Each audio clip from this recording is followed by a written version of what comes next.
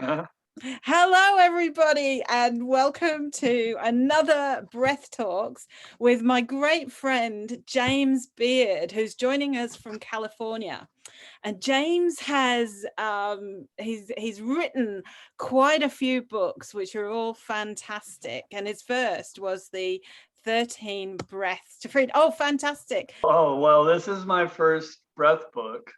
And it was a private practice, and then it went public, and I shared what I've learned with people that were interested in what I have to offer.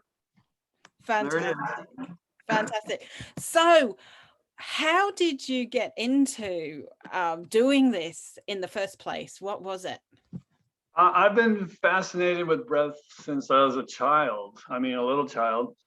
So, it's a cute little story of Agnisara, I believe, is the yogi breathing where you manipulate the belly and all that. So I got put to bed before the sun went down, but you were warned to stay in bed. So you learn to entertain yourself in bed. And one night I was playing with my gut. I was face down, like in child's pose, if you know what that is. Mm-hmm. And I had my butt up in the air, and I was moving my gut in and out, and I was able to move air in and out of my butt. Now, so I thought nobody could ever suffocate me because I could breathe through my butt. So I thought that was pretty cool. And so that's kind of where it started. And as I moved forward, I don't know if I saw a TV show or something where somebody strangled somebody with a pillow. And I thought, and it was really like, wow, you take a breath away, you could die. And it really got me. So later on in school, I was bored more towards the later years in elementary school. I started paying attention to the clock and timing my inhales and exhales. So I could do a 1 minute inhale and a 1 minute exhale. It took a while to get there, but school's a year long or whatever. And I had a lot of time to practice because I was really bored in class. So that was the beginning of my fascination with breath. And I always checked to see how long I could hold my breath and all that. But then later on in my early 20s, I started getting into what I now know as pranayama. But they were just introduced as mindfulness breathing exercises back then, because yoga was still weird in the 80s. Mm-hmm. Yeah. And it was just slowly coming on. The public broadcasting channels had some yoga classes, but I was fascinated with the breath, and I was in search of Kundalini, and I wanted to understand what this dormant energy was that I've been reading about in books. So I was in search of that. Mm-hmm. So then in 1992, I was invited to what they call the ecstasy breathing workshop. And it started on Friday, and it went from 6 to 10 on Friday. And that was my first introduction to this, if people know this. Yeah. The technique. And I was like looking at this going, this is really interesting. I have no control over this. And I found it fascinating. It didn't scare me. And I'm used to feeling energy and running energy through my hands with healing work and stuff, but I had never seen this much bottle up in my hand before. And so I'm looking at my hands going, wow. And then I got kind of isolated from the rest of the group. It was like, you need to just stay right here and we'll come to you as we're doing exercises. And I'm like, okay, I'm fine with this. I can still function.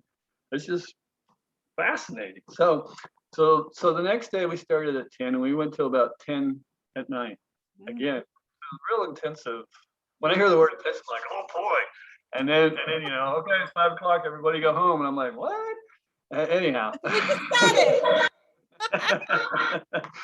So we do all the breathing exercises, going in, looking at ourselves and our past and beliefs and stuff. And then Sunday comes around, and then I'm going into more technique where my arms crossing, and my legs and my feet are doing things. And I'm like, wow, it hurt. It hurt, but I wasn't afraid of it because it always dissipate and go away. I was truly fascinated with it. So Sunday night, somewhere around the midnight hour, this is how long Sunday went. We're breathing, and we're breathing the music. And I find two things interesting here. Well, I find one very interesting, but the other is the subtle interest, because he played a Pink Floyd song, Home. And And after this workshop, I wanted to go back to every place, every home I'd ever been in, and through all my old neighborhoods. And I look and I'm like, why did that start? And I go back, it started in that at that shop. So we got to be very mindful with our music we play and what's subtly in there. That's just the theory, my belief there, that there's others that agree with it. So we're breathing away. I am cramped up. My arms are crossed, my hands, my jaw's locked in, but I can still breathe. My legs are crossing. I'm just totally in a big old knot. Was it agonizing? Was it like really painful? I guess I have a high pain tolerance because, oh yeah, it's like a cramp. I mean, you know, a cramp on cramps. Women say to me, "You don't know what it's like giving birth." I said, "Oh yeah, I do." Yes, I do. If anybody's ever been in tetany at that extreme level, you totally know what's going on there. So, because this is one continuous long cramp. And I'm breathing, the music, he brings it to a crescendo, a big peak, and we would hold our breath there. And then nothing happened. I was waiting for this, because normally I feel something, and I took 3 more breaths in the silence and held my breath again. And then everything changed. There was my life up until 1992. Wow. And then there's my life after 1992. So I was in this big knot, this big tetany knot from my feet to my jaw. And when I came back, I saw nothing but white light. Fantastic. It was pure white light. And I'm just staring at that for, I don't know, time and space is gone at this point. And I'm there, and then all of a sudden the room starts coming into view, and it's upside down, and I'm wondering, why is the room upside down? and I'm like, better question, where am I? And then I'm like, oh yeah, I'm in a workshop. I'm married. I have kids. I have a job, and I start putting my ego back in place. And then I realized the top of my head is on the floor. So I completely arched and my back arched up and the head is on the floor. My arms are spread out all the way wide, blew me wide open. My legs are relaxed. My arms are just buzzing away. I'm full of energy and I'm hanging onto an assistant's ankle. And she said, the serpent awakened. Yeah, she said I like lit her up when I grabbed her, and she felt like she was an anchor, a grounding for me, something that keep me here.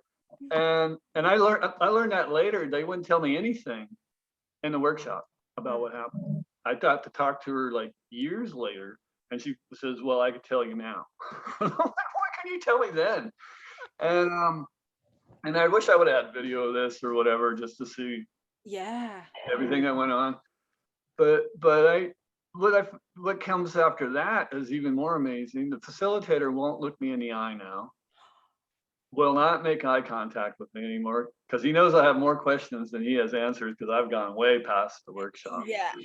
And so I'm kind of left on my own to discover what happened to me.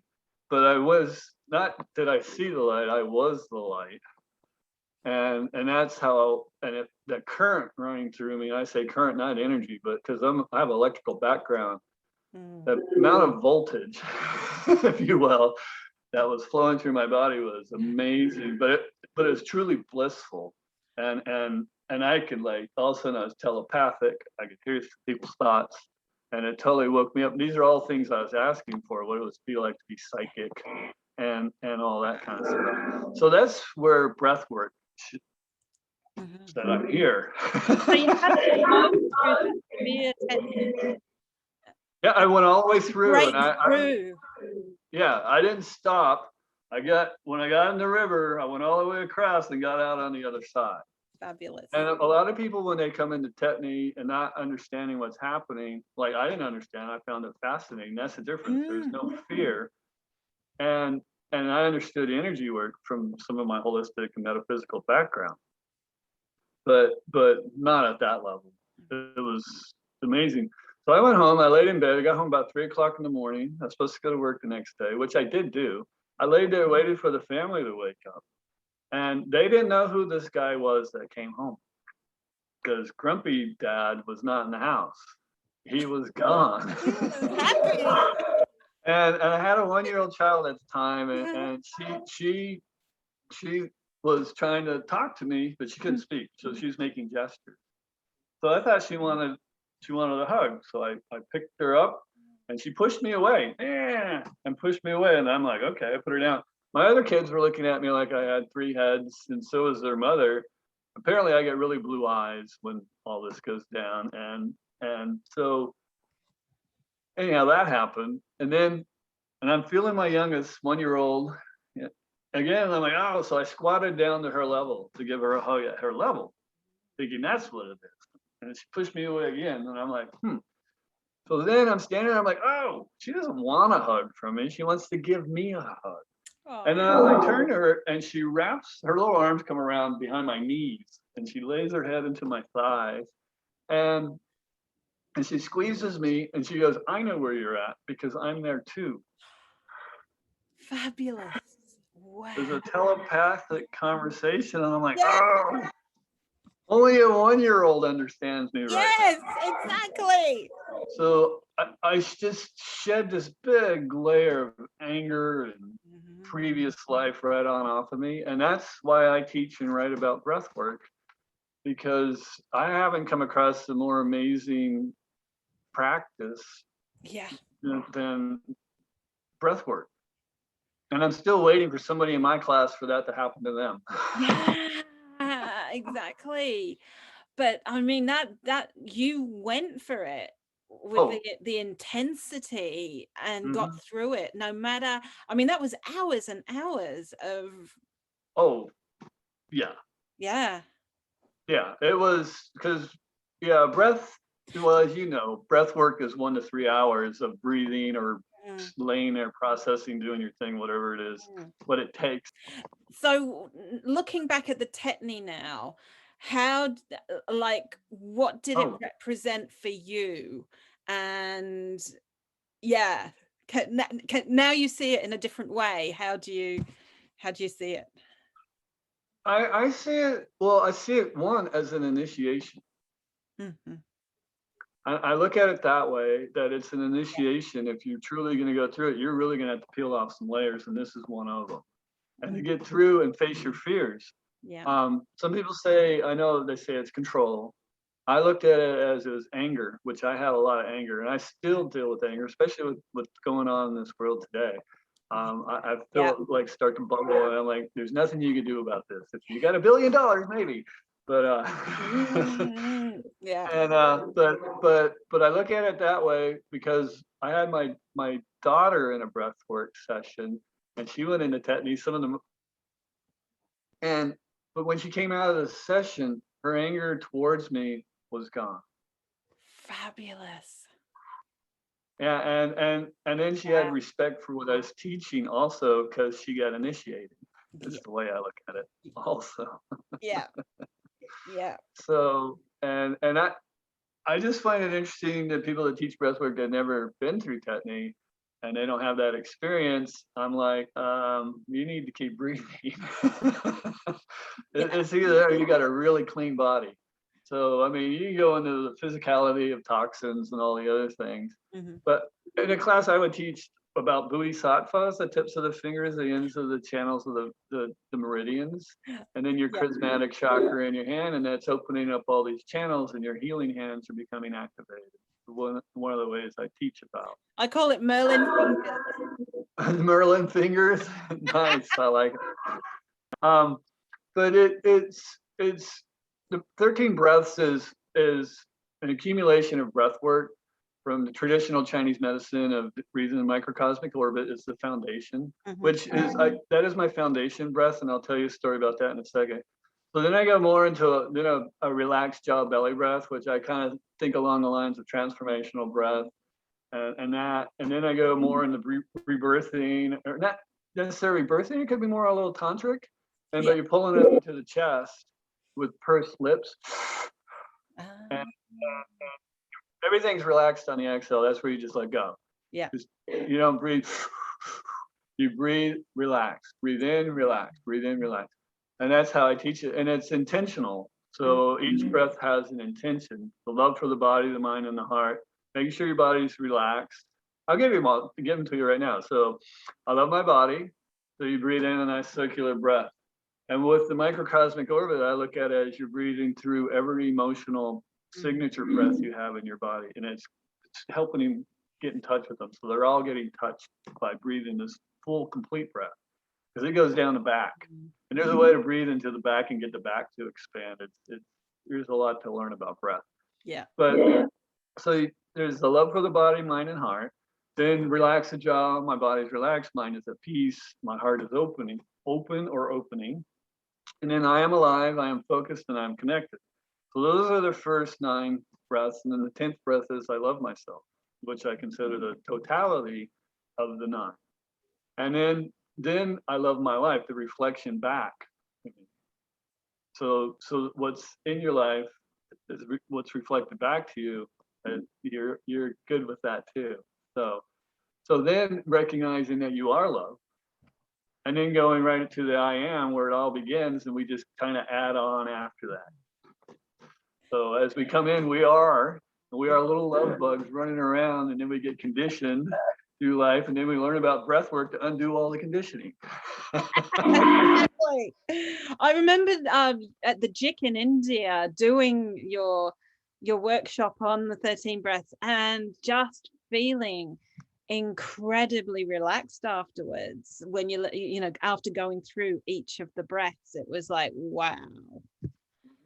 Oh yeah, there's a person in that workshop that actually went pretty far too, if you remember that one. So anyhow, yeah, that was fun. It was great meeting you in India. So oh, it was brilliant. We had such a ball. oh yeah, I went there. I've been watching the GEEK, as we say, the Global Inspirational Conference put in by the International Breathwork Foundation. Next one's in Germany, and then after that, Kenya. So I just continue teaching myself and reading and breathing, and come across books like Living with Kundalini by Gopi Krishna. Yeah. Oh, he's fantastic. Yes. And so and then right at 92, I went to a used bookstore, and what is it, the Lives and Teachings of the Masters of the Far East, basically fell off the shelf. Yeah, really good reads. And it was just 1, 2, and 5. It was missing 3 and 4. And so I went to another bookshop and find a hard copy used bookstore and found a hard copy set. And they said, that's for somebody else. I said, no, that's for me. They said, well, you wait a week and come back in a week. And then so I said, all right, I'll be back in a week to get my books. And then a week later, I went back and got my books.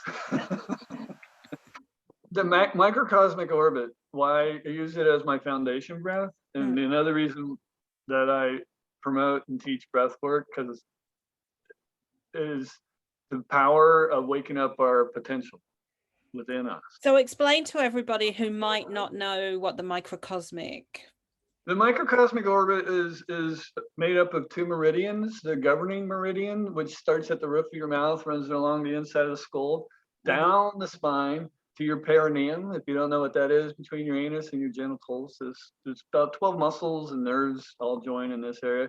It's a key area to relax. If you can find it and get that to relax and really let go. So it's kind of like doing a Kegel for your ladies and coughing for your men. And so that's there. And then from there up the front is the functional or conceptual meridian. It goes from the perineum to the tip of the tongue. And so now you know why you put the tongue on the roof of your mouth when you meditate. It completes that circuit. So I breathe. The energy can be moved both directions. I breathe and teach it to go around and down the back and up front. And some people say that's wrong, but you know, right or wrong, it's all subjective to who's saying it. Now I go down and around and up front.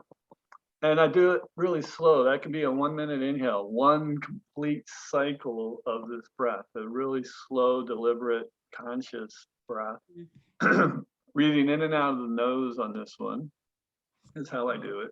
And I just follow that energy. It's very interesting. The medulla oblongata in the back of your head, that's where I find that point, because that can cross to the third eye or here. And it gets, for me lately, it's been interesting back there, trying to get the energy flow through there and down the spine. So I usually do this every night as I go to sleep. And that's one of the things. So one of the stories and why I really promote this, because it's a very slow breath. And you don't have to do the cathartic fast breathing and all this, which I do it all. I go through the spectrum of breathing. So nice, relaxed belly breath, all that stuff in the chest, and then speed up the breath and really go for it.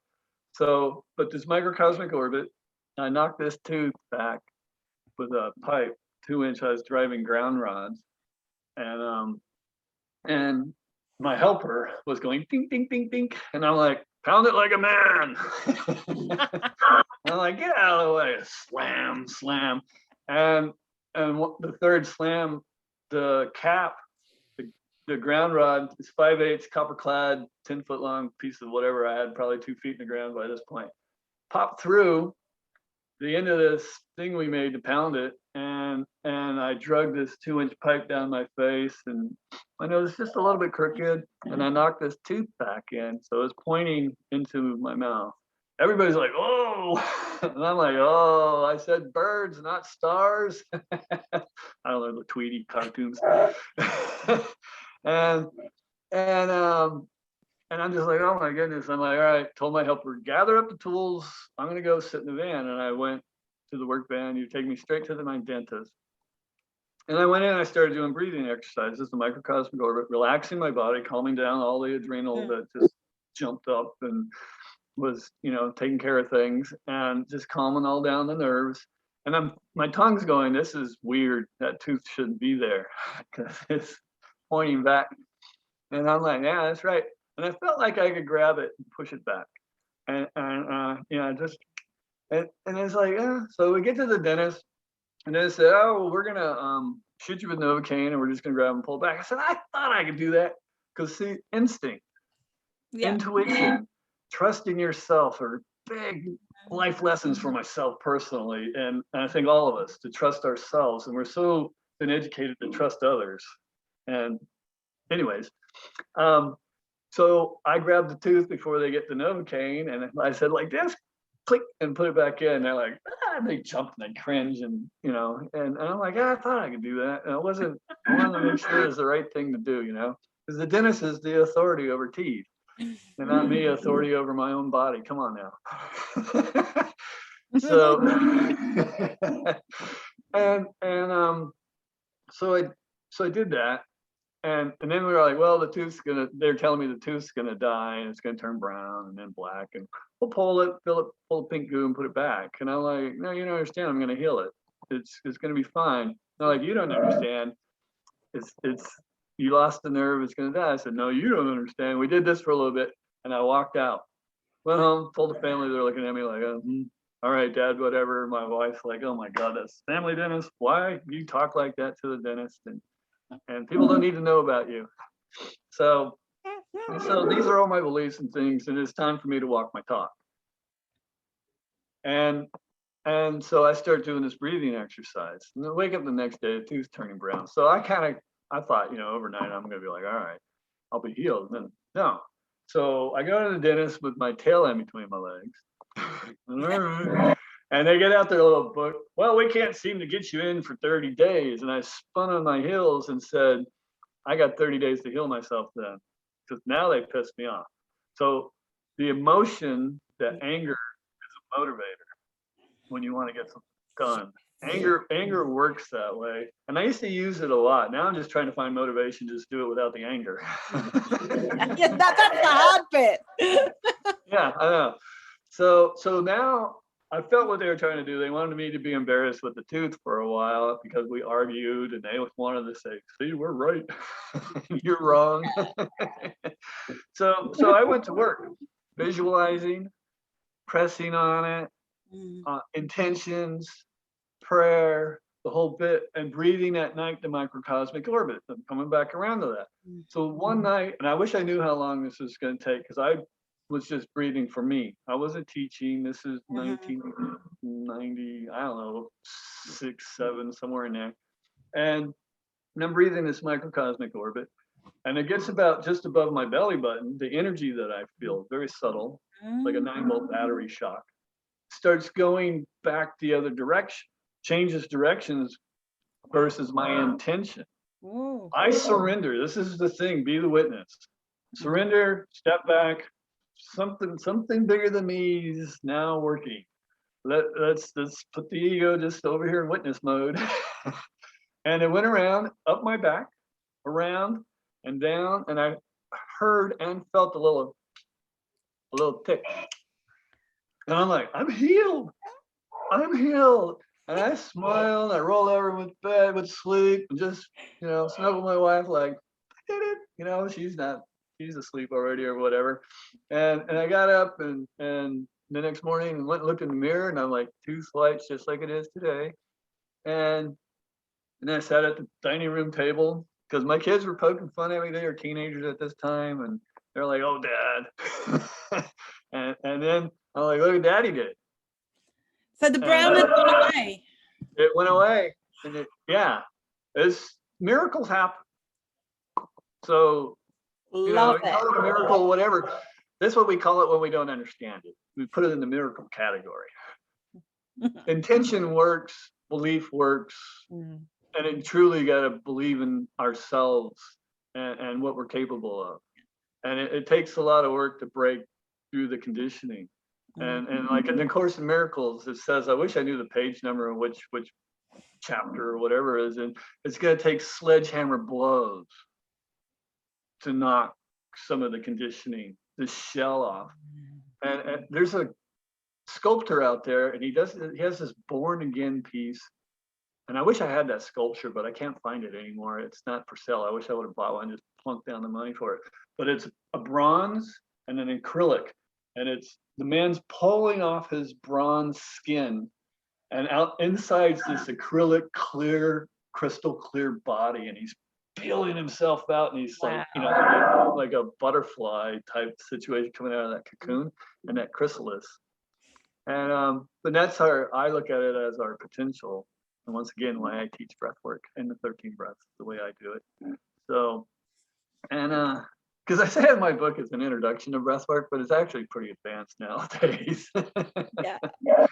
So those are a couple of my stories. I got lots of them to go with. Yeah, so you were traveling around the US quite a bit before COVID happened, and you're like on roadshow and taking it all around. What's been happening during the COVID period, and are you going to go back out on the road? I'm looking at going back out, but I'm also looking at going in first. Yeah. Here. And I'm looking at going into some silence for a little while and taking another peek at me and what I want to do next. That it was pretty intense for me, and I just really stepped back and asked myself, why did I get into breath work in the first place? And was it because all of a sudden it's like I'm promoting breath work, and I'm like, hold on, why? And for me, it's a very spiritual practice. Absolutely. But it's not for everybody. It's just not. And I started to recognize some things in there, and I'm like, huh. So I stepped back to look at myself and what do I want to do, and my approach to breath, this practice, and what do I want to offer to the world as a service, and so I'm really looking at that and what it is that I want to offer, and breath work will be part of it, but I'm thinking of more of a whole type yoga system, because I think the physical body needs to be in shape and detoxed. Right now I'm on my 22nd day of a juice cleanse. I do fruit smoothies in the morning, and I do actual veggie juice, no fiber. It runs through the juicer after, right starting around lunchtime, and then water, spring alkaline water. Anyways, that's the type of stuff I'm doing right now for my body. This morning I didn't meditate, but normally in the morning I meditate for maybe half hour to a couple hours, depending on what's going on. And I do at least 100 breaths every morning. This morning, for some reason, it didn't happen. Maybe because this is going to be happening. It's solstice. So yeah. So those are the things I do. I do a daily practice, and I recommend a daily practice for everybody. But I recommend a whole being approach. Yeah. So it's not just breath work. It's pay attention to what you're putting in your body. I did the Course of Miracles finally after 30 years of having these old hard copy books. But reading that material, oh my goodness, really works the Yeah. thought process and the beliefs, and Mhm. really kind of from the world that's out there and all the social media and media, whatever, bought and paid for media, as I say, that all that's influencing this world, really stepping away from all that Mm. is, but I got, it's very lonely, I guess is the word. And I wanted a social life and I wanted to have some fun too. So somehow I picked up a drink and started drinking. And it went off, and I was trying to get out of this world, and I'm like, I'm ready to go home now, and they're like, you're not done yet. Still here. Well, my fantasy is like a frontier log cabin in the Blue Ridge Mountains, away from everybody. I'd love it. Yeah, the Blue Ridge are nice. Yeah.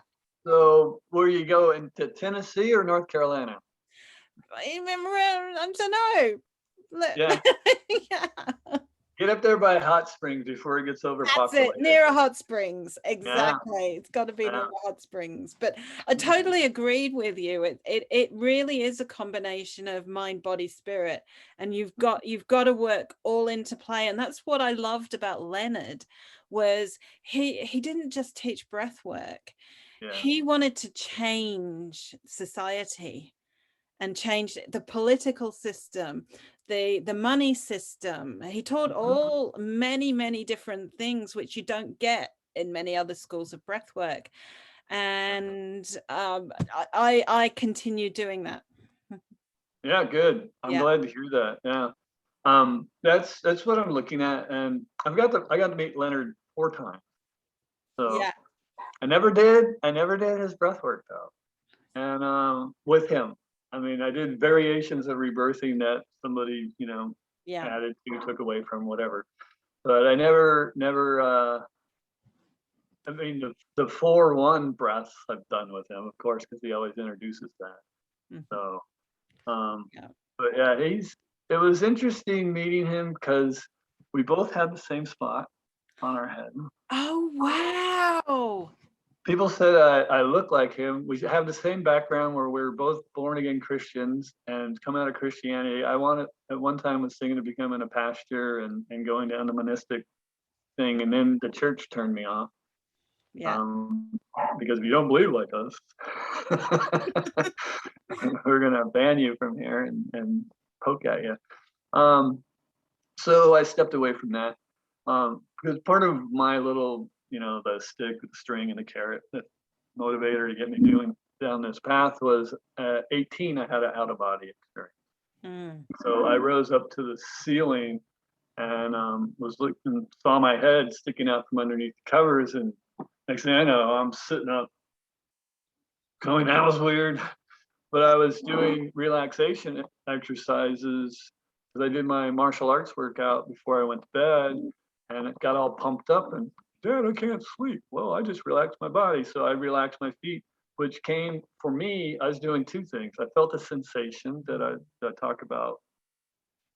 That's how I understood the technique. Like, this is more than I've ever felt. And I could feel that, and I could move it with my mind, and I could move it up my legs, up my arms, and I could think relax, and my limbs would go all at once. I got so good at it. And the hardest thing I had to relax was my eyes, letting them go, and then letting the breath go. So Yogananda talks about a breathless state. In the Samadhis, there's 3 different levels of Samadhi. You get deep into the yoga. And so that's what I've been playing with recently on a personal level. I don't teach that just yet, still learning, and to hold these states.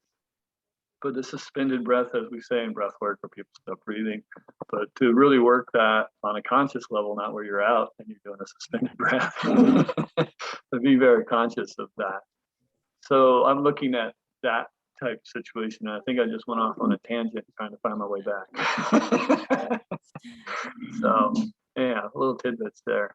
I did a Breatharian Retreat with a guy that was doing some breaths with us, and we got into the breathless state, and it was really incredible because you felt like your skin was breathing.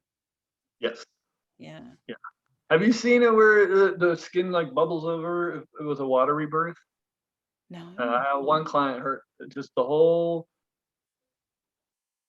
Yeah, I try not to give the he or she, but that one came out. Just little teeny bubbles Mm-hmm. covered her whole body in a water rebirthing type. And I was just like, wow. And I try and see, because I breathe in my hot tub, and I try and see if I can get that going on with my skin. And get the pores to start opening up and breathing. So, but yeah, it's since you said breathing with your skin, I'm like, I think we can. Yeah, absolutely. And so in this time, what advice do you have for people, you know, over the next few months? Because, you know, things are going to start kicking off again.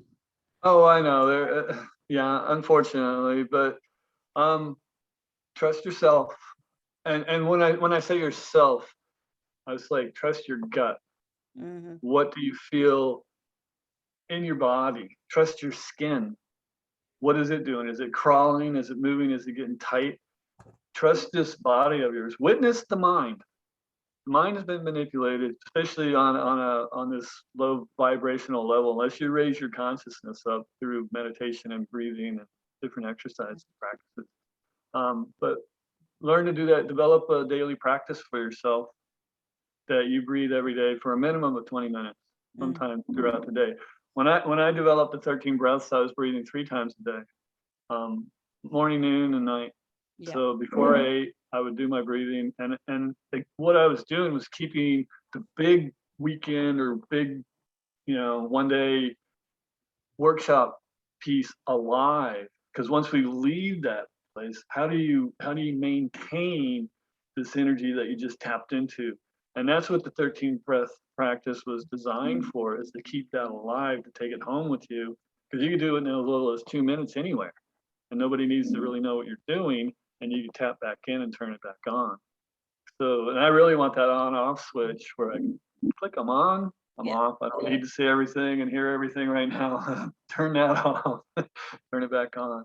So that's kind of, so for people out there, back to trusting yourself, getting really get to know who you are, not who people have told you are. Because we've accepted our birth name.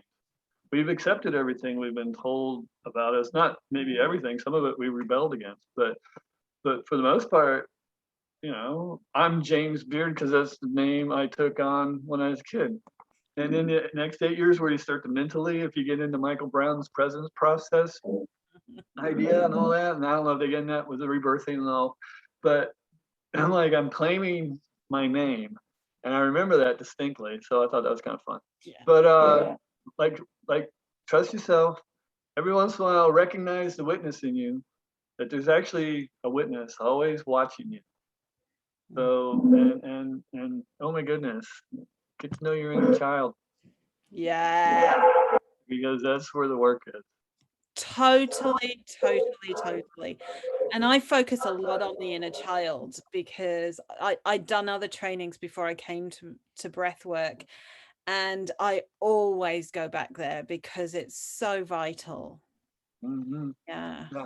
So vital. Oh, it's amazing. And that onion's just huge. You just keep peeling off layers. Never stop. So, what, in your opinion, is this existence all about? Why are we here? Why? What do you see as this reality? One, it's a gift. It's just an amazing gift to ourselves. I mean, because of what we truly are. I mean, I believe Earth is a school. Yeah. So coming down here, we're in school right now. So there's lessons to be learned, and there's friends and people to meet and socialize with and all that. It's just like going to your public schools and college and all the other stuff and all the little fun and things you're gonna learn. But I believe that Earth is a school, and it's to master yourself, get your PhD in who you are, and what is that? And I think I said that in the beginning, is that I went all the way back into the light, and I was the light. And one of the phrases that came out of breath work one time when that I was breathing myself is, I am the living, loving light. Mm. And that is to claim that for yourself and recognize your potential of what that is. Because in a religious thing, to me, that would be, it's Christ energy. So, and to find that dormant piece of yourself in yoga, it's Kundalini, and to move that and find it and awaken it, pierce all the chakras and crack the shell and go, wow, I didn't realize how powerful I am as a being, and I can be for good, and Yeah. awakening and helping of all people that are ready. Because a lot of us, I remember when I was like, not me, I'm staying right here, I ain't moving. Well, And it's now, getting back your power. yeah, Getting back yeah, your it's about self-empowerment, for claiming that piece of yourself. sorry. It's Hit the wrong button. all right. So that's what I Yeah. believe, and it's not common, but it is what I believe. Fantastic. Now, Elena has got a question for you. Oh, Elena. sure. Hello, good evening or morning. Good morning. Hi. Hello, I'm calling from Prague or Oh, Czech. wow. Hi. I have a couple friends over there. So I've Yeah. never been, but I know they live there. So thank you for sharing your experiences and life stories with us. And just very basic question that came on my mind is like, because you mentioned you have your daily routine, like you do, the 100 breaths, and myself and then my clients, they always say, Elena, I don't have time and I don't remember when to breathe, and I keep telling them, you don't need time, it's enough to you have your breath, and just pick up one thing and connect to it, take responsibility, but still they struggle how to connect to daily practice. Like, what would you suggest? Because it's still like challenge for many people they do rebirthing, because I'm a rebirther, so they do rebirthing practice, they love it, they leave the space, and then Yeah. Go back to their life and go, well, that was fun. not all of them. Yeah. That is the challenge, because with my students, I try to get them off on their own and here, I've given you all the practices. It's up to you to practice them and discipline yourself. And as I say, like, because I also teach meditation, is to create a space that's specific for that, and the energy will build in that space. So to have I don't know, a piece of furniture you look at, a candle, whatever it is that you sit in front of or sit with, and that be your breathing space too, where you just sit in a particular space in the house that's specifically for the breath work or the meditation, and that's what you do there. And it's, if you have to journal, get out a journal. This is one of the reasons why I created this book. This one says challenge, one I think it says journal, but that's all it is so you get this in here. It's about breathing and then writing about your breathing experience. And it was for those people that already said they know how to breathe, but if they do something like that, and it's up to, or maybe it's some sort of support group for them to get them going. Because I used to have a weekly breathing circle, but then they wanted something in between. So I said, I'll make a video, and I went off and disappeared on them for a while. And I think there's 1 or 2 videos out there now. But and I just recently did some recordings that they can use also, that they can listen to and breathe with. So they're not doing it on their own, but I really recommend they find it within themselves, and that's up to them to really be strong in themselves to say, I really want this. Anything that gets you out of your mind. Yeah. Yeah. Can I have Thanks one for more your question. Yeah, go ahead. Yeah. Okay. It's many times, and myself, I experienced during the rebirthing breathwork session apnea, like anesthesia, like clients stop breathing. It can be at the beginning cycle, in the middle, in the end. And today, I had a client and he dislocated his shoulder. Oh, wow. He went so deep. I let him in after, because I was told, let him. And then he had such a huge, birth memory that came up. Just dislocated by coming. When he came out, he dislocated his shoulder. Yeah, literally. And that happens a lot. So I put the shoulder back. Good. Wow, good for you. That's quite the experience. Yeah, it was for me some kind of, about trust and stay calm, and it worked perfectly. Oh my God, just like it would be regarding this anesthesia. I know, of course, intuition. The more you experience, you are at present, you got what you should do.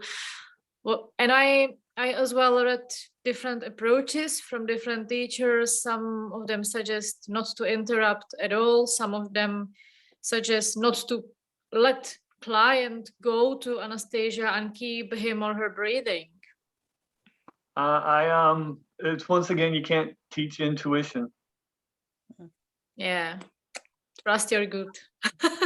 Trust yourself, trust your gut. Yeah. Trust spirit. Witness the mind, because the mind's like, oh, I should be doing this. No. Just thank you. It's back to being a witness. And you did a great job. That's excellent. So very nice.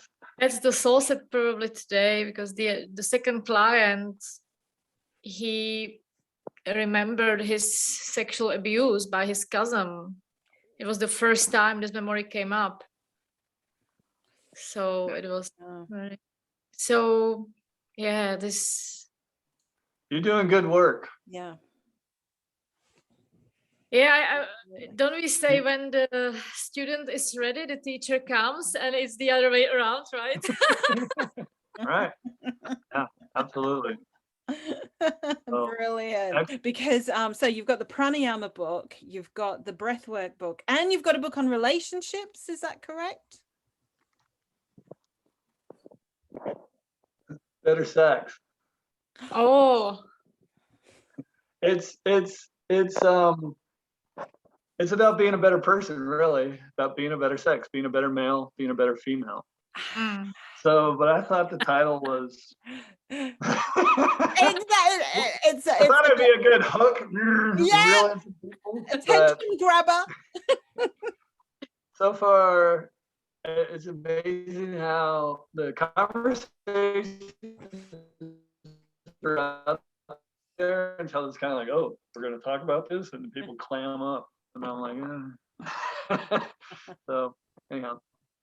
And James, thank you so much for coming and sharing your fantastic experiences. And thanks for having me. We look forward to seeing you back out on the road at some point. Maybe in Europe next year when you come to the GIC. Look, I'm still back and forth on that one. I got to talk to Heinz and Lara, see what they have to say. Yeah, too many restrictions for me, so I don't know. Yeah, too many. Sorry, it all froze. Too many restrictions for me, so I don't know if I'm going to vibe with it.